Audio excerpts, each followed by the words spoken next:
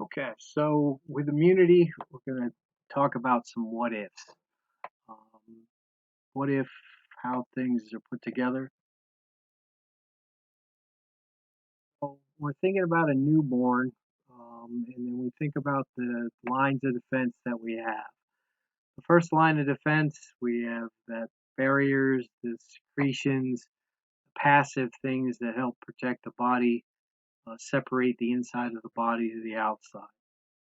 With our newborn, we're going to have some colostrum. You've got the transfer of antibodies made by the mother's uh, B cells. So you're looking at the IgGs that are circulating around. So we have mom's active immune system creating those, passing them to the udder, to the colostrum. We refer to this as passive immunity, but it is actually active immunity from the mom. So second line of defense, we have the non-specific active, and then third line of defense in a newborn, we have the specific active. And as a rule, it takes months for that to develop, 3, 4, 5, 6 months before that really starts to kick in our new. So we're thinking about the immunoglobulin absorption in calves. Uh, this is a classic uh, Journal of Dairy Science paper. So we have the percentage of ingested immunoglobulins that are absorbed um, on this scale, and then the hours from birth to feeding. So we see that we've got that real good absorption at birth, and then we lose that absorption very quickly over 24 hours. At 24 hours, we're down to 10%. Not to say that colostrum still isn't good for a calf. You've got the probiotic, pro gut effects of the colostrum. It's very high in nutrients, um, but we've lost the ability to absorb in that 24 hours. So we want to get it. We talk about the first 6 hours is our best.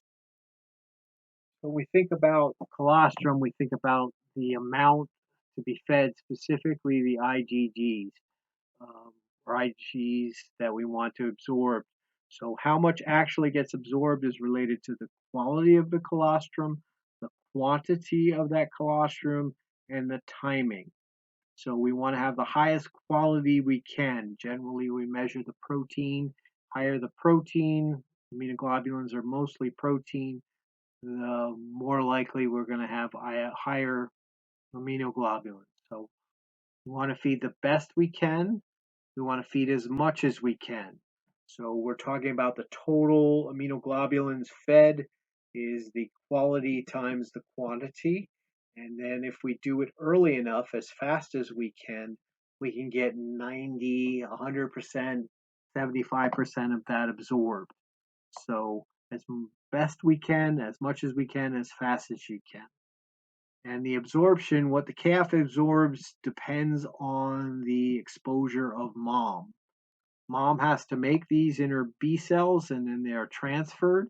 So the more mom has been exposed to, the more varied the calf will be protected. The more variable attackers, uh, wider range of attackers that the baby will be protected from. General rule of thought, you keeping your colostrum from your older cows. They've seen everything on your farm. They should be able to produce a colostrum that's going to be very helpful to your calves. Sometimes our first calf heifers just don't have that quality that we're. So if we think about the immune system, a calf's immune system, we have the months in age, and this is very rough when we're thinking about it, and the level of immunity. This is kind of arbitrary. So when the calf is born, she's got her passive immunity, the first line of defense. She's got some of the second line of defense, and she's also got the colostrum antibodies that she got from mom. So you're going to get a certain amount of immunity the antibodies to get started, and then those antibodies are going to be used up over time. The calf does not have the ability to produce them, to reproduce them. That doesn't kick in till somewhere in the second to sixth month. We talk about vaccines being given out here, where the animal is developing its own third line of defense. So the idea behind the IgGs, immunoglobulins, and the colostrum is the cover her from birth till she develops her own. So we want to have that there.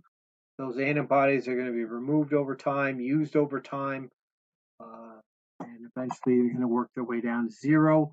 Hopefully, we keep this up high enough that the developing active immune system will come in and provide the immunity we're looking for.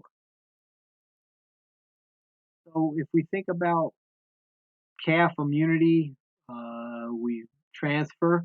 If we do a real good job with colostrum, we get good quality colostrum in fast, um, and lots of it. We're going to transfer more antibodies, have more immunoglobulins in that calf, and then she's going to use those over time. If we do a poor job, we don't feed them fast enough, we don't feed them enough, we don't feed good quality, we're going to have less antibodies. So even at the same rate of attack from whatever challenge these animals have, they're losing it. You're going to see that this animal is going to have trouble here in this transition phase, usually from weaning, or we're putting stress on the animal anyway, versus this animal. She's going to be able to get to 3 months, and there's not going to be much of a dip between the antibodies and the developing active immune system.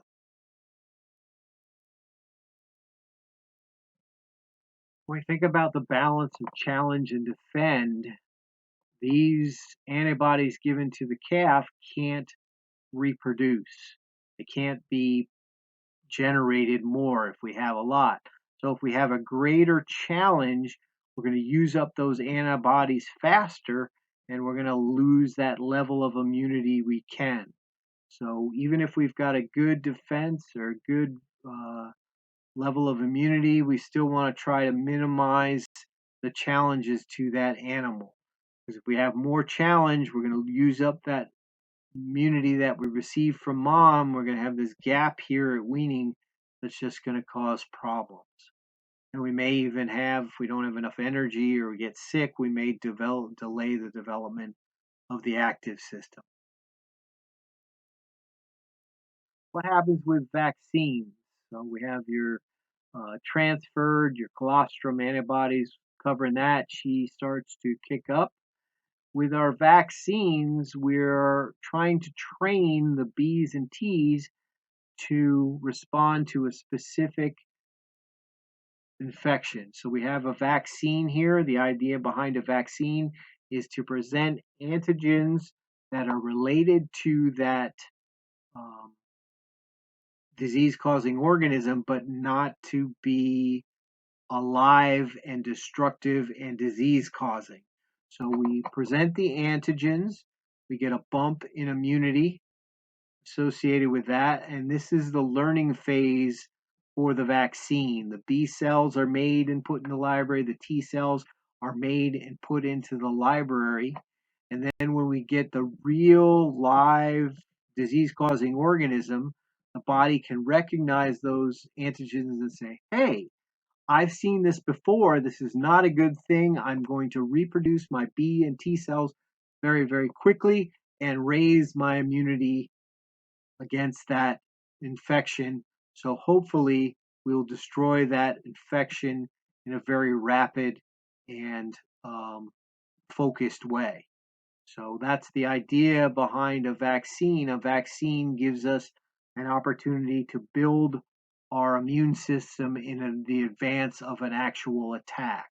So antigens from a disease-causing organism, they can be dead organisms or modified live, but generally our vaccines can't produce the disease, but they present enough antigens for our immune system, our third line of defense, the specific immune system, to learn and produce the B cells and T cells that will attack should we have an actual infection. So something to think about as you move forward, as you manage your calves. A few words on mastitis and somatic cell count. So when we get bacteria into the udder, that's going to cause an irritation or an infection, and we call that mastitis. With that inflammatory response localized, we're going to draw white blood cells to the udder. And then once they're in the milk, we call them somatic cells. Somatic means of the body, and these somatic cells are mostly white blood cells, but they can also be sloughed off secretory cells from the inside of the udder. So the more bacteria, the more disease-causing agents we have, usually the higher the somatic cell. So when we're measuring somatic cell, it's an indirect indicator of infection in our cows. We're not measuring the bacteria counts directly, we're measuring the cow's response to an invasion.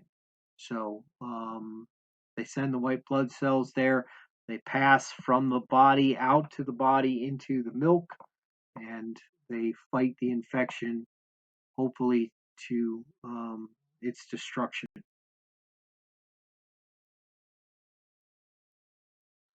I'm going to leave you with this question for you to think about.